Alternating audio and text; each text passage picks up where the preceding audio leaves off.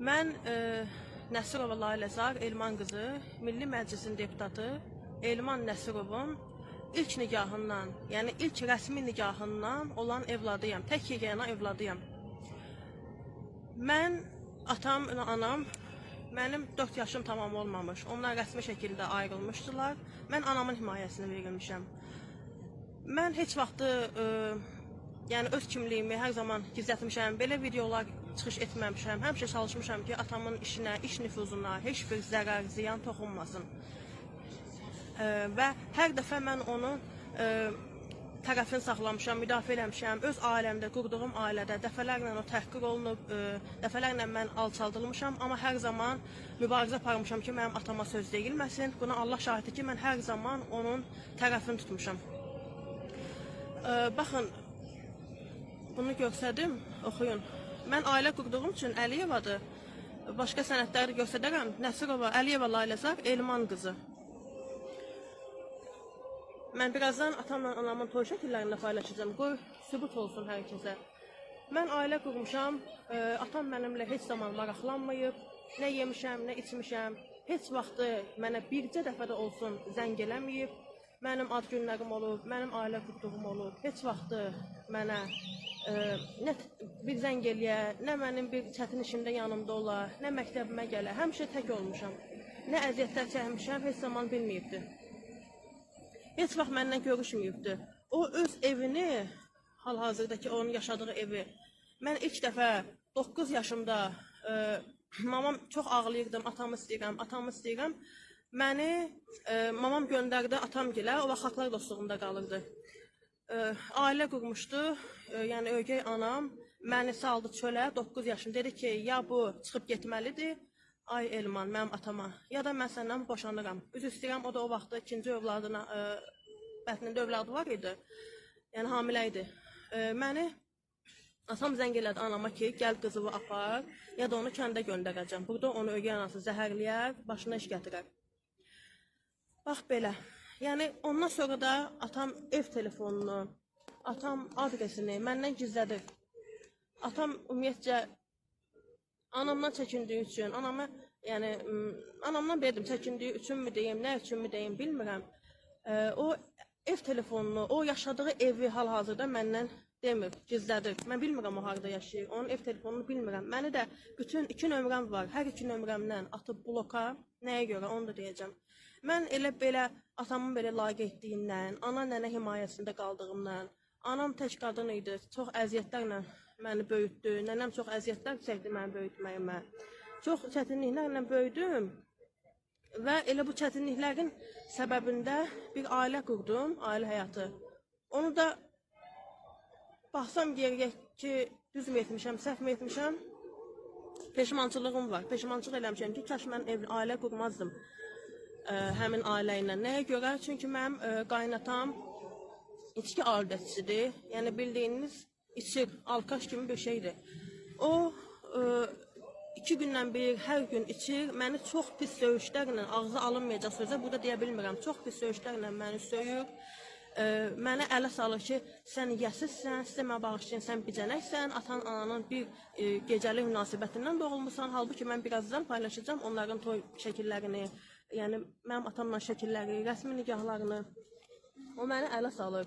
Məni yoldaşım da, qaynatam da ələ salırlar ki, sənin atan, sənin ilk nəvələridir də, mənim kövladım var, bayaq vurguladığım kimi 1 yaş 11 ay qızım, 4 yaş oğlum. Gəlib görmür. Bircə dəfə də olsun atam gəlib nəvələrini görməyib. Heç vaxt gəlib mənim evimi, mənim qapımı, qaldığım ünvanı tanımır. Mən də Xalqlarda yaşayıram, amma oranı görməyib, tanımır. Mən dəfələn demişəm, ata, qaynatam məni içir, salır məni çölə, hal-hazırda mən çöldəyəm. Nə mənada? Dayım gilə sığınmışam. Dayım gilə evində qalıram, o xaricdə yaşayır. Mən o xaricdə olduğum müddətdə ana nənəmlə orada qalıram. 2 övladım yanımda. Oranın şəraiti yoxdur. Mənim cehizlərim, geyimlərim hər biri qalıb mənim qaynatamın evində. Çox pis vəziyyətdəyik. Yəni bu bir dəfə olmayıb. Mən 5 ildə ailəliyəm, 6-cı ilə keçibdi.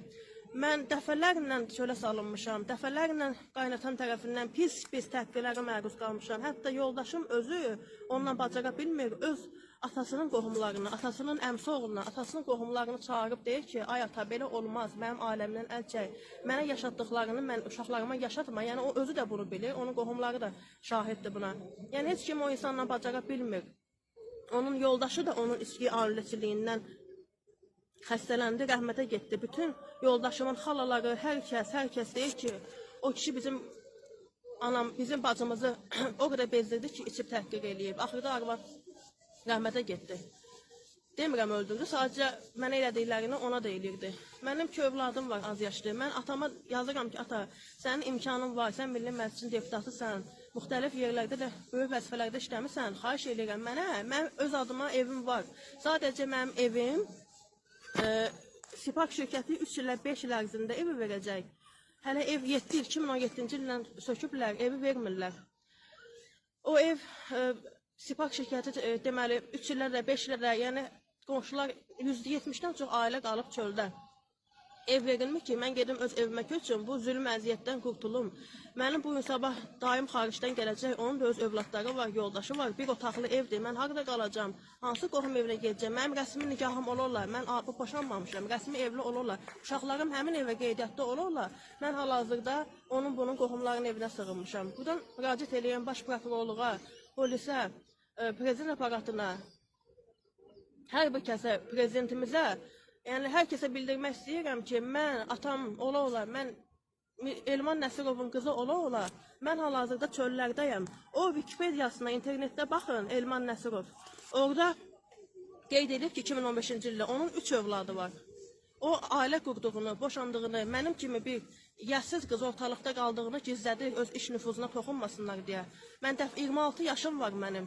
Mən 26 il susmuşam. Bir dəfə mən belə çıxış etdiyimi görmüsünüzmü?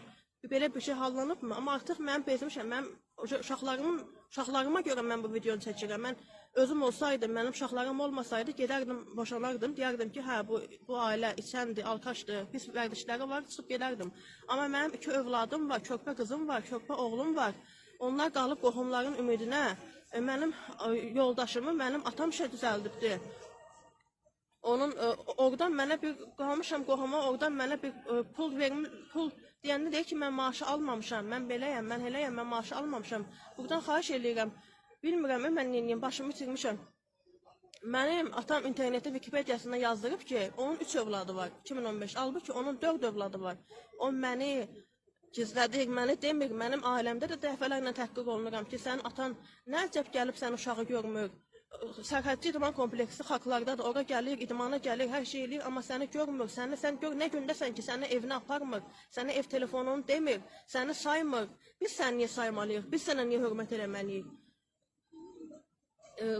Bundan istifadə eləyib, bundan sui-istifadə eləyib, yoldaşım da, qaynatam da mənə ələ salırlar ki, sən heç kimin yoxdur, sən yəsizsən, gör o uşaqlarına necə gözəl baxır. Onun qızları, uşaqları xaricdə oxuyurlar, böyük, yəni yaxşı yerlərdə oxuyurlar, onlarla maraqlanır. Mən öz bacılarımla da əlaqə saxlamağa çalışmışam ki, yəni ögey də olsaq biz bir atanın övladlarıyıq, biz bir-birimizlə mehriban olmalıyıq, amma onlar deyiblər ki, bizim sən adda bacımız yoxdur, halbuki onlar məni heç vaxt görməyiblər. Bir dəfə görüblər, mən o vaxt gedəndə, bayaq dediyim kimi, onun 3 yaşı var idi, böyük bacımın.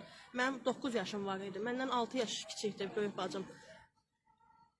Mən buradan özümü tutub deyirəm ki, baxın, deputat adamın qızı bu dəqiqə çöllərdədir. Yəni, hər kəs bilsin ki, onun nəvələri çöllərdədir. O istəsə, onun hər cür şəraiti var, hər cür vəzifəsi var. O istəsə, mənim istədiyim odur ki, mənim evim 3 ilə 5 il ərzində tikilib təhvil verəcək. O müddətə kimi mən bunun qapısında qalmayayım. Mənə müvəqqəti, əslində mənə ev də düşür, ayrılandan sonra ev verməyib mənə. Amma mənə müvəqqəti yaşamaq üçün bir köməklik eləsin. Mən haradasa ev tikilənə kimi gedim orada qalım ailəmlə, yoldaşımla, uşaqlarımla.